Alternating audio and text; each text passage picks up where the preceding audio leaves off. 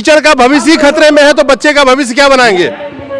जो अच्छे दिन की बात क्या करते थे, अपने गरीबी का बहुत ढिंढोरा पीटा उन्होंने। मैं गरीब हूँ, मेरी माँ बर्तन मांजती थी। एक बर्तन मांजने वाली का बच्चा अगर पढ़ने के सोचे भी तो जाए कहाँ। हमारे की माँ बहना नहीं है, मेरा भी माँ नहीं है, मेरा घर के बच्चे नहीं है। नहीं, वो बताने के लिए कैमरा लेके जाया करो माँ के पास में। ऐसे कोई नहीं पता चलता दुनिया को। चाय वाले थे वो, नहीं कभी भी नहीं हो सकता है। जिस ट्रेन में लोग चाय बेचते हैं उस ट्रेन का प्लेटफॉर्म तो उन्होंने बेच दिया कॉर्पोरेट को। अब जो तो कौन बेचेगा चाय वहाँ पे? कौन चाय बेचेगा? लोकतंत्र की डेफिनेशन तो पढ़ाई होगी बच्चों को। क्या पढ़ाई थी? जो लोकतंत्र का जो हम अपने जो अधिकार के लिए लड़ाई करेंगे, of the people for the people और बाय द पीपल, या तो of the Modi for the Modi by the Modi का देख रहा है। आप अपने बच्चे को किसी, मैं दावे कहता हूँ, कौन है शिक्षा मंत्री बताइए उसको। उसका घर के कचरे के डब्बे यानी कि उस टेलीविजन की दुनिया से बाहर निकलिए जिसमें आपको देश में सब जगह हरी हरी दिखाई दी जाती है।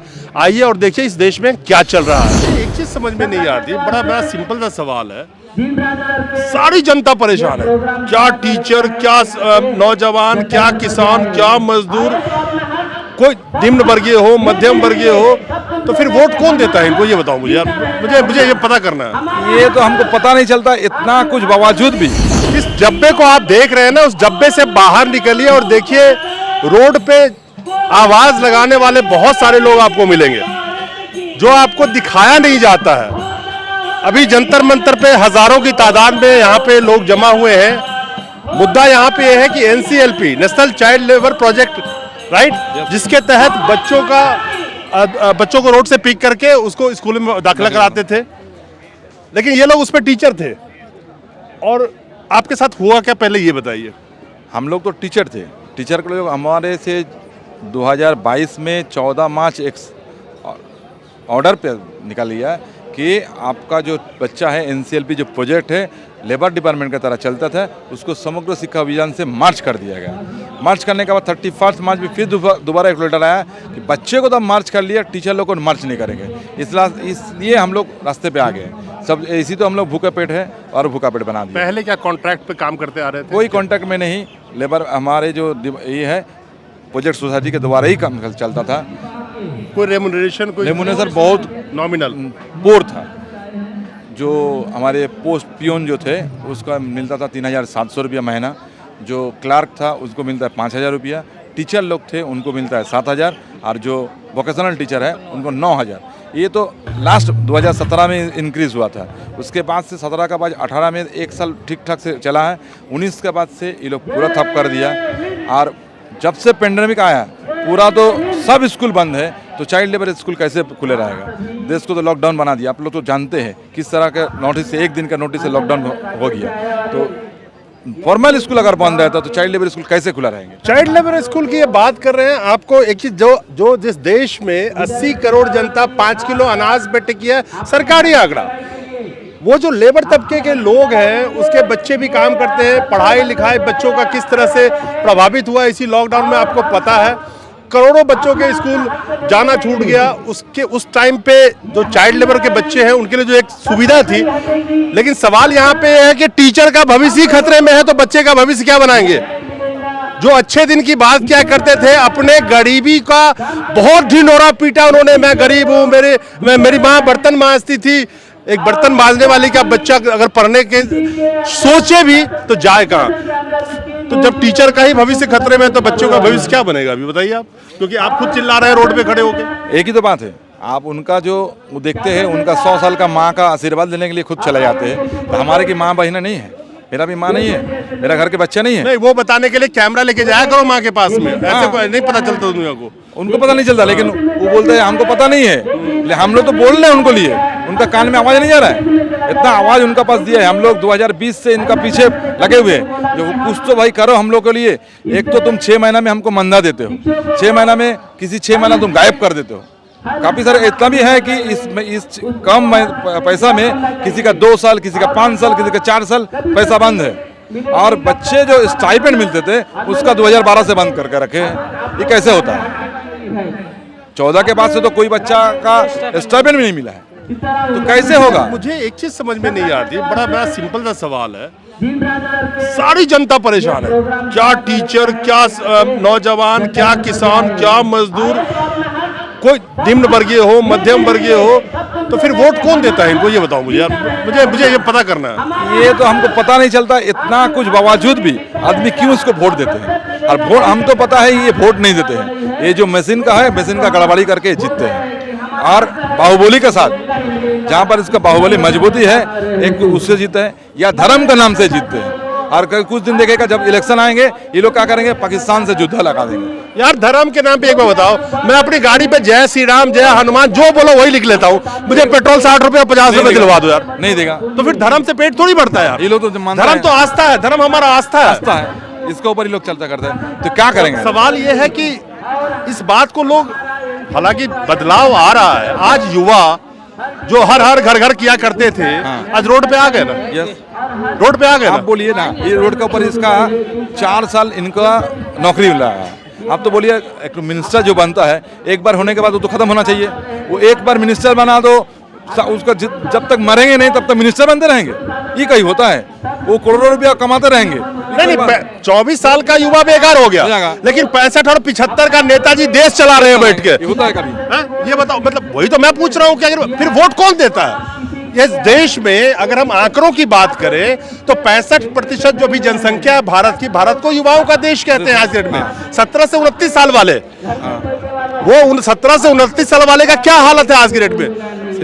किसान बैठे, जब उन्होंने आवाज उठाई तो उनको खालिस्तानी पाकिस्तानी बोला आपने, लोगों से बुलवाया आपने, मीडिया से बुलवाया। आज आप बैठे हैं, आपको बोल देंगे ये सब तो आतंकवादी है। बोलेंगे, ये तो उनका बोलना का, उनका मुंह है भाई, बोलेंगे।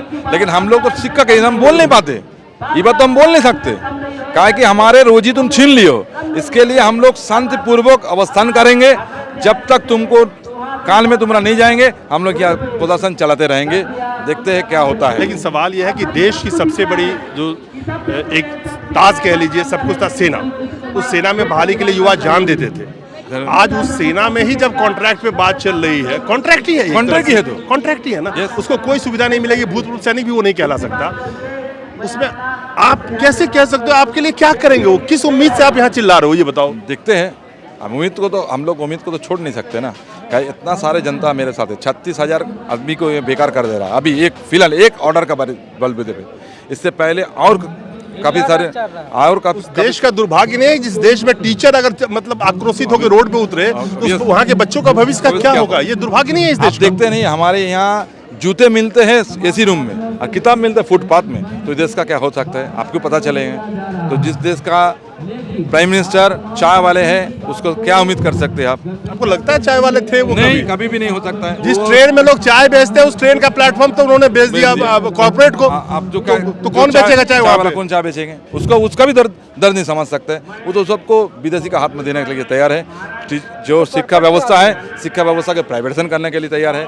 गवर्नमेंट का वो अपना काम छोड़ दे रहा है। इसलिए हम लोग एकत्रित हुए, देखते हैं क्या किया जाता है। अगर ये गवर्नमेंट नहीं मानते हैं तो इसका हम लोग अवस्थान चलाते रहेंगे, जब तक हमारा जान है आंदोलन जारी रहेंगे। ये बस लेकिन मेरे गुरुजी एक चीज़ बताओ, टीचर को गुरुजी बोलते हैं ना, गुरुजी एक चीज़ बताओ, इस देश में जिसका काम था आपकी आवाज़ को दूर तक पहुंचाना, यानी कि मैं आखिरी सवाल मीडिया के बारे में कर रहा हूँ, वो मीडिया आपको कहीं नजर आ रहा है? नहीं आएगा, नहीं तो कहते मीडिया तो ये बिका हुआ है। आप अगर आप सच बात बोलेंगे तो आपका पीछे लग जाएगा, मीडिया सच बात बोलेंगे तो मीडिया का सच नहीं दिखाएंगे नहीं, क्या कि ये तो पैसा के लिए मीडिया काम करता है। आप तो पैसा के लिए नहीं काम करता, आप हमारे बात सुना रहे मतलब पैसा के लिए काम करते हो। आप गरीब का बात उठाने की कोशिश कर रहे हो, इसलिए आपको हम सैल्यूट करते हैं। एक टीचर होकर आपको सैल्यूट करते हैं कि हमारे आवाज़ आप कुछ देर तक पहुँचे दे रहे। लेकिन जो मीडिया को हम लोग आवाज़ दिए, दावत दिए, वो अभी तक आया नहीं। हम 4 दिन से यहाँ लगातार कोशिश करते रहे। हमारे पहले तो ये 3 दिन का प्रोग्राम था, एक दिन तो पहले ये लोग खा लिए। यहाँ स्टेज बनने के बाद भी हम लोग को काम करने नहीं दिया। कल सुबह में स्टेज वाला के उठा के लेके चले गए, पर बोले आपका पास परमिशन नहीं है। हालांकि शाम को 10 साढ़े 10 बजे, रात 10 साढ़े 10 बजे तक हमारे से फ़ोन में कांटेक्ट हुआ, आपको काम प्रोग्राम हो रहा तो हम बोले हाँ हो रहा है, लेकिन सुबह में 6 बजे उनको उठा दे रहा है। ये कोई सा नियम चल रहा है, हमको जानता नहीं है। कानून चल रहा है कि अंधा कानून चल रहा है, हमको पता नहीं चल रहा है। कानून भी ऐसी होगी। तो आप तो टीचर हैं, आपने बड़ी अच्छी एक बात करी है कि लोकतंत्र उसी का नाम है ना जिसमें जनता अपनी आवाज उठा सके। पॉलिसी का विरोध करना जनता का हक है। यस, आप सरकार पॉलिसी लेके आती है, आपको अगर पसंद है विरोध कीजिए आप, लेकिन उस विरोध की आवाज को ही तो दबाने की कोशिश की जा रही है। तो ये कौन सा लोकतंत्र है? मोनोपोली चल रहा है। आपने लोकतंत्र की डेफिनेशन तो पढ़ाई होगी बच्चों को, क्या पढ़ाई थी? जो लोकतंत्र का जो हम अपने जो अधिकार के लिए लड़ाई करेंगे of the people for the people और बाय द पीपल, या तो of the Modi for the Modi by the सबको मोदी मोदी का देखना। आप अपने बच्चे को किसी, मैं दावे कहता हूँ, कौन है शिक्षा मंत्री बताइए, कौन है शिक्षा मंत्री अभी?